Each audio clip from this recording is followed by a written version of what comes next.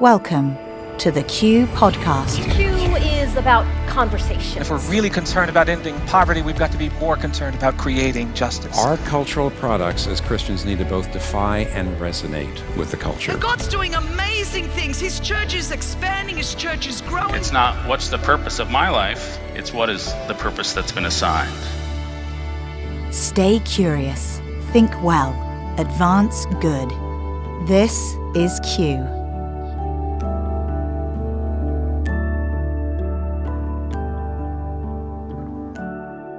Hi, this is Gabe Lyons. Welcome to another edition of the Q Podcast.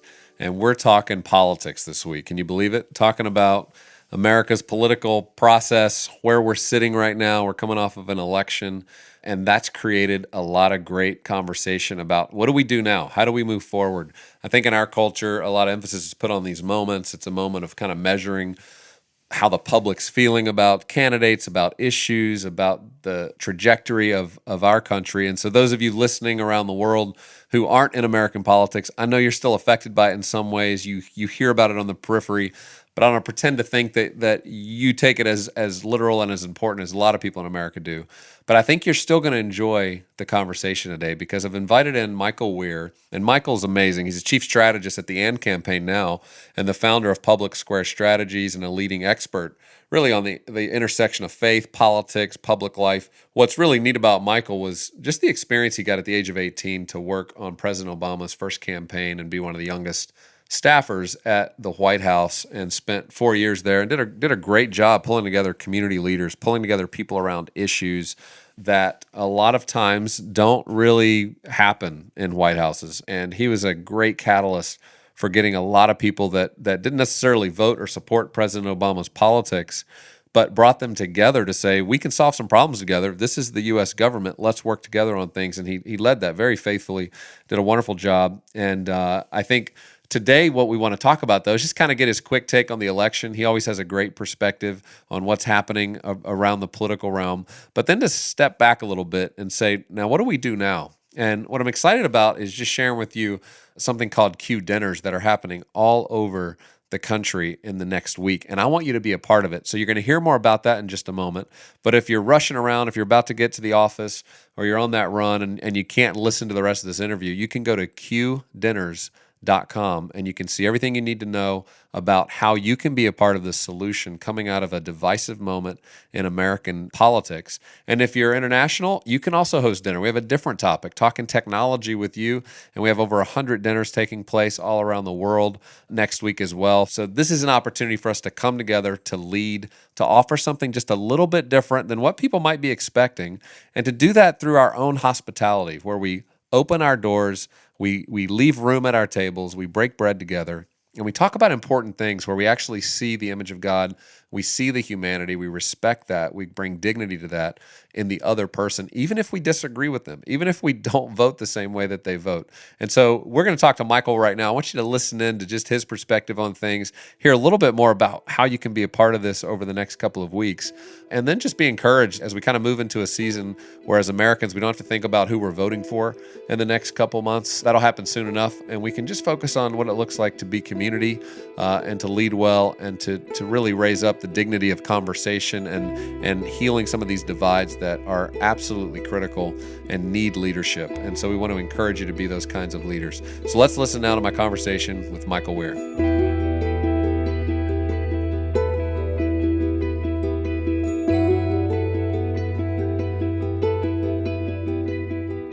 This is one of my favorite things about election week is you and I debriefing, getting to talk about your perspective, what you see happening, but really from a deeper level. I mean, everybody can hear the pundits talk about the numbers, what happened with the midterms and the Democrats picking up House seats, and you can kind of get the facts. But let's just jump into, kind of the moment we're in. 2 years on from Trump's election, from the country feeling very divided. The data's showing that 67%, the latest Pew poll, 67% of people feel exhausted by all that's been going on. So coming out of like an election this week, do you feel like people are less exhausted now, or are we more exhausted, or what's the feeling right now? Oh, there was a study that came out just last month about hidden tribes, and one of the major findings of that was that you have two extremes that are represented by less than 10%, less than 10% on the far right, less than 10% on the far left. And the rest of the country pretty much is what they call part of the exhausted middle. And so I think a lot of us are in that exhausted middle. And yeah, I think similarly to the morning after the election in 2016, I think we're in this place in our country where our elections are so deeply felt. There's such a personal aspect to them. They hit us to our core, that there are no completely satisfactory outcomes to our election. we end up, no matter how our side did, still feeling as though our place in our own country is sort of unmoored, and I think a lot of people are feeling that now. I came away from the election results last night feeling like a big part of the story was how big of a driver partisan identity was. You had candidates with deep roots in their states and their district, like folks knew them when they were running, and it didn't seem to matter in the outcomes. You saw people who were served as governor of their state and were loved, and they still lost by 20, 25 points. And the big reason for that on both sides of the aisle was the other party was saying how evil their party was, and partisanship drove so much and transcended even personality and individual campaigns people ran. Of course, there were exceptions, but that really stuck out to me. Well, something that, Michael, we've talked about a lot, the idea that politics is downstream from culture. And I would say the last couple of years, it almost feels like there's a new conversation needing to be had about that, because in a lot of ways, our politics feels like it's now driving our culture. Yes. And the conversations we're having, the way we have conversation, our posture. I think you can make the case that, hey, we have a president now that was formed out of reality television. So in some ways, reality television drove politics. And so we're kind of experiencing the result of a politics driven by entertainment and television. But at the same point, it feels like a new moment where, either this presidency has helped unveil what people really thought and felt and were hiding underneath something, or these are new feelings that have felt that people didn't even, they weren't hiding. They didn't even think about some of these things, but now they are, and they're feeling empowered to talk more openly about their views. And so you're finding a lot of people disengaging because they don't want to be in those fights. They are exhausted, like you said. And I think for our conversation today, I mean, as people of faith, where this really matters a lot to us, we care about every human being. We're called to love every other person, see them in the image of God. I don't think we get the option to kind of resign or bail out of this stuff. We have to be involved in it. But how can we approach the next couple of years, let's say? So the election's done now. We don't have to talk about elections for at least, 3 months, and then we get to talk about the presidential or something. But we have a little window here, and at Q, we're interested in this little window. And how do we make headway on trying to live out our faith in a way that's really generous to people who maybe we have political differences with? And you've had to experience that a lot in your life. You have friends all over the place in terms of political views, and everybody loves you, Michael. They love hanging out with you, love your generosity of spirit, your humility. How can we be more like that? Well, I think your politics is a form of culture. And I think we've seen over the last 2 years, but far before that the way our political leaders act and the culture that our politics creates is going to influence everything else. It influences what our children are exposed to. It influences the types of conversations we feel empowered to have or not empowered to have. And so I think that's a really profound thing for us to understand about sort of there is no focusing on culture apart from politics, because it's just all in a big stew right now. It's all mixing together.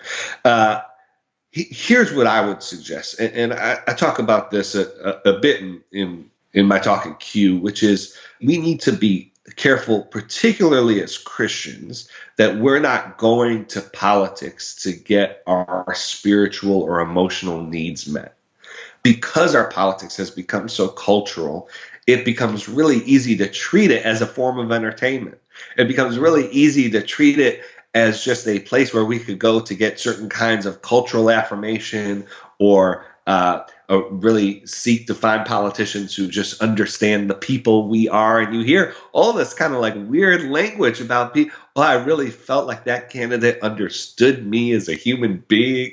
Right. But that's not what politics is for. And what happens is when we go to politics and fill ourselves up with that kind of personal affirmation, that kind of like cultural entertainment value, it means that we're not freed up to go into politics to love our neighbor. It means that we're not freed up when we go into politics to focus on the concrete and limited purposes of justice and the affirmation of human dignity that politics is actually capable of meeting. Politics is not capable of meeting your spiritual needs. Politics is capable, to some extent, of advancing and securing justice and human dignity. And so I would encourage Christians to participate in communities where there is an ability to self-critique and an open community of love to maybe hold others accountable.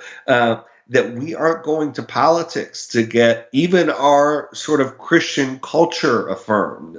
Like, we don't need our politics to do that. We need our politics to protect the First Amendment, protect religious freedom. We need our politics to make sure our criminal justice system is just. We don't need our political system to be doing the work of evangelism for us. Right. We don't need our political system to be doing the work of the gospel for us. And so when we're able to hold ourselves in check sort of on those kinds of things, when we're able to show as a community that we believe politics is important but not ultimate, then that could be a real blessing to our politics. And then we could be freed up to actually go into politics seeking the common good and not sort of our own personal inner needs. Man, that's so well said. And you mentioned how you gave this in a 9-minute talk, and I'm excited about how we've been able to work together to get this talk out to a lot of people in the next week.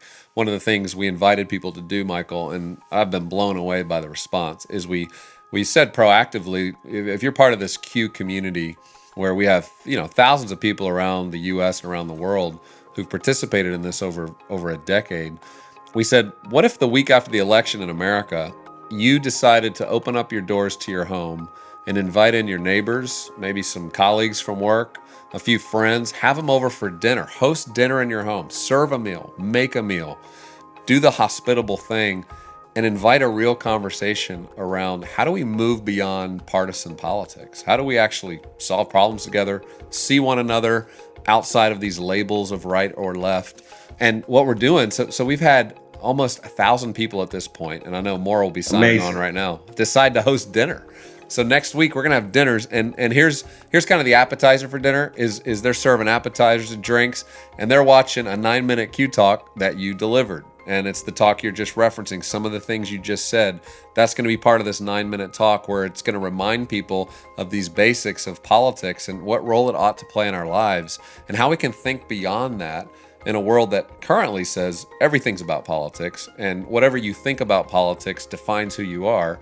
And you're saying something very different and countercultural and really refreshing, I think, to the people who are exhausted. So if you're watching this right now, I want to invite you to think about hosting in your home. Obviously, this is free. Might cost you a little bit in food. If you don't want to cook, go ahead and cater. Bring some food in, but we'll supply you with the guide. We've got a conversation guide. We've got this talk, 9-minute talk, and then everybody sits around the dinner table and while breaking bread together, has a few questions, some conversation starters that we're going to put in the middle. And you can see more about that at qdinners.com. You can RSVP, decide if you want to do that. We'll quickly get you the information. We'll get you a text. You can just copy and paste, edit in your information, send it out. So that's happening. And so, Michael, I'm excited for more and more people to really engage this kind of substantive conversation that moves us out of this realm of politics. And I'm finding, and I don't know about you, I'd love your comments on this with your current work with the AND campaign, but I'm finding that a lot of people are pretty interested in new ideas that move us out of just this constant right or left fighting and are looking for some hope beyond it. And you're doing that kind of work now. I mean, share with us a little bit about your work with the AND campaign and what that's about, because I think it's very relevant to this conversation. Yeah, absolutely. So I'm chief strategist for the AND campaign, and we're a Christian political education and advocacy organization. And so we do work to help Christians think and act Christianly in politics. And the good news we have, and the good news for all Christians, is that politics is not like this one realm of life in which God is just sort of confounded or mystified by it. And we so often treat politics like that. But Jesus actually is not scared by our politics. He's not anxious about what's happening in the political scene. And our faith actually offers resources. Jesus' burden is actually light in politics too. We don't have to be exhausted all of the time politically, because Jesus gives us resources to navigate politics in a healthy way. And so AND Campaign is an organization that's trying to help Christians steward the influence they have out of love of God and for the good of their neighbors. And that's really what my talk is about. Yeah. And just talking some more shop. Let's talk some political talk. I know that's a realm you're pretty comfortable in. I know this week, I mean, one of the big questions politically in American life is how is this going to function now? We go into this next year. Democrats have the House. Nancy Pelosi currently, in a leadership role, and saw this election as a check on the Trump presidency. And it seems like there's two ways this could go, right? Like they could really double down on impeachment talk, on really investigations and that sort of thing, or go a little bit of a more moderate route and just get around some other issues that maybe the electorate cares more about. What's your insight into that? Like, what do you? I know you have no idea. You don't have the crystal ball of where this will go, but is there kind of a high road right now that could be taken, and maybe a low road, and what would those be? Yeah, so it's interesting. A lot of the same leaders are in place now that were there in 2006, the last time Democrats took back Congress, with the understanding that they had a presidential election that was 2 years away. And they generally sought compromise, sought sort of a big tent. And of course, in 2008, they won the presidency and even expanded some of their margins in Congress. The mood is a little different now, even though some of the same people are in place. And so it's going to be a real tension in the party. Even today, Nancy Pelosi released a statement saying that she wanted to see compromise and see ways that they could work with the Trump administration. And, sort of some of the people with platforms and people with voices were very much against that. And so there's going to be this more sort of confrontational, unapologetic wing of the party with a more pragmatist, let's see what we could get done. And Speaker Pelosi was Speaker-elect, I guess, has been around the rodeo quite a few times. Right. So she's someone who has experience to keep together a pretty diverse Democratic caucus, but it'll be a challenge this time around. And, President Trump, he gave a press conference today, which indicates that, he's not going to take a passive approach to this either. So I think that there are some real possibilities when we talk about infrastructure reform, when we talk about paid family leave, even when we talk about criminal justice reform, for the sides to work together. But given how heated and combative the general political environment is, and frankly, how much Democrats just want President Trump gone, whether by election or something, or right. 25th Amendment or something like that, it's not an environment which is conducive to level-headed reasoning. I know. It seems the incentives are all the wrong way right now, and it really honors and rewards being more extreme, being more vocal, taking on your opponent, hardcore. But I'm reminded too, Michael, sometimes Christians have decided, hey, we just need to get out of politics. And I get that. Yeah. Like in a lot of ways, the brand of Christianity has been a bit mired by this complete buy-in to political power as the way that Christians should advance their beliefs and ideas, instead of just seeing it as one place that's important to be faithful and show up in, but not the ultimate. And I think though, I was reading like a Thomas Jefferson, John Meacham's biography of his life, and it was just interesting to read about, even in the Thomas Jefferson days, how much politics was just so tough, and the kinds of things these people would say about each other were horrible. I mean, worse than we even hear today. And it was describing how you really can't understand American culture without understanding this tie between politics in this country, in that it's unique, maybe more so than other nations. And so it's not something you can just avoid. It's there. And I think if anything, this whole process is going to force more people, especially younger people, to engage the process and to think about how do they want this process to look, 10 years from now? And are we going to keep rewarding the same kinds of behaviors that appeal to some of our lower persons of who we are and who we were meant to be, our shadow side, so to speak. So, So Gabe, what if it was Christians who said, yes, some of us are Republicans, some are Democrats, some of us have different sort of political interests than others, partisan interests than others, but because we're Christians, because we're motivated in politics, because we want to see the flourishing of our communities, we don't want to see our politicians play games with policy in order to advance their own political interests. And so when there's a bill like the First Step Act, that is a criminal justice reform bill supported by the Trump administration, supported by Hakeem Jeffries, who's a Democratic congressman in Harlem, and Van Jones, that is a bill we want to see move forward because it will help people, regardless of whether it will make Trump look good or make Democrats look good. Christians can actually be that voice. We could actually be freed up enough and not so invested in horse race politics to say, you know what, we'll worry about elections when elections come, but we have this opportunity that God has given us, this moment that we're in, to maybe get some good things done. Right. No, and like you said, the incentives aren't there now, but what if Christians actually said, we're going to steward our influence to provide those incentives. We're going to support politicians of either party who are going to take concrete steps forward in a way that help our neighbors. And we're not going to pay so much attention to what party they're a part of or what the long-term political strategy is. And I think we could do that. I really do.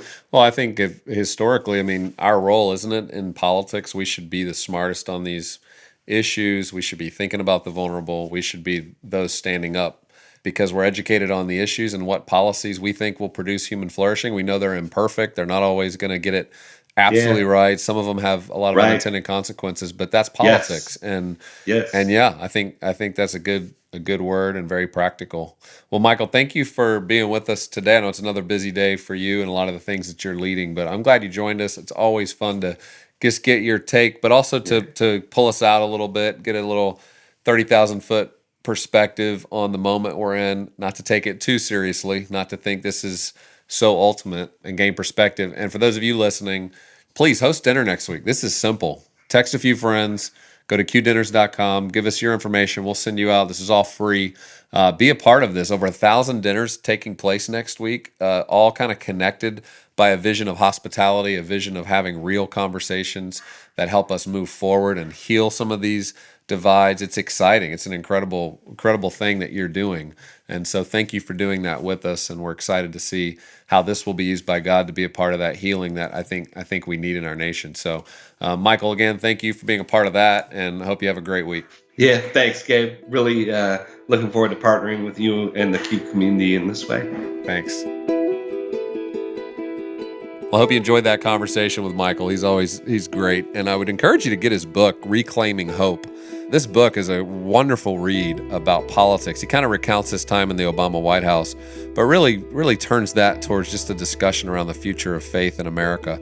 Also, if you are part of the Q dinner process next week, you're going to get to hear his talk, which really is about rising above partisanship. It's a great talk, 9 minutes, where you're going to get to hear and learn more and see more of his perspective on how we as Christians can really be thoughtful about the role politics ought to play in our lives. And sometimes we make an idol out of it. Sometimes it becomes way more than it ought to become. And this is just going to be a good reflection and a reminder. So will you join us? Will you host dinner? Even if you're like, look, I'm just going to get my family together for dinner, then get your family together for dinner. Be intentional with at least an hour of time next week, one night, to have a real substantive conversation around something that matters. But we'd encourage you to invite your friends, 6 or more people, we think is the magic number, to come around the table to enjoy, an appetizer. We're going to give you recipes from world famous chef Danielle Walker out in San Francisco, a New York Times bestselling author of a recipe book called Celebrations. She's providing our menu for the evening and excited to be a part of this. And so just join in. Be one of the 1,000+ people who say, we're going to open our homes and we're going to be part of the solution. It's an exciting story. story. Thank you for being a part of it. And we look forward to talking again next week.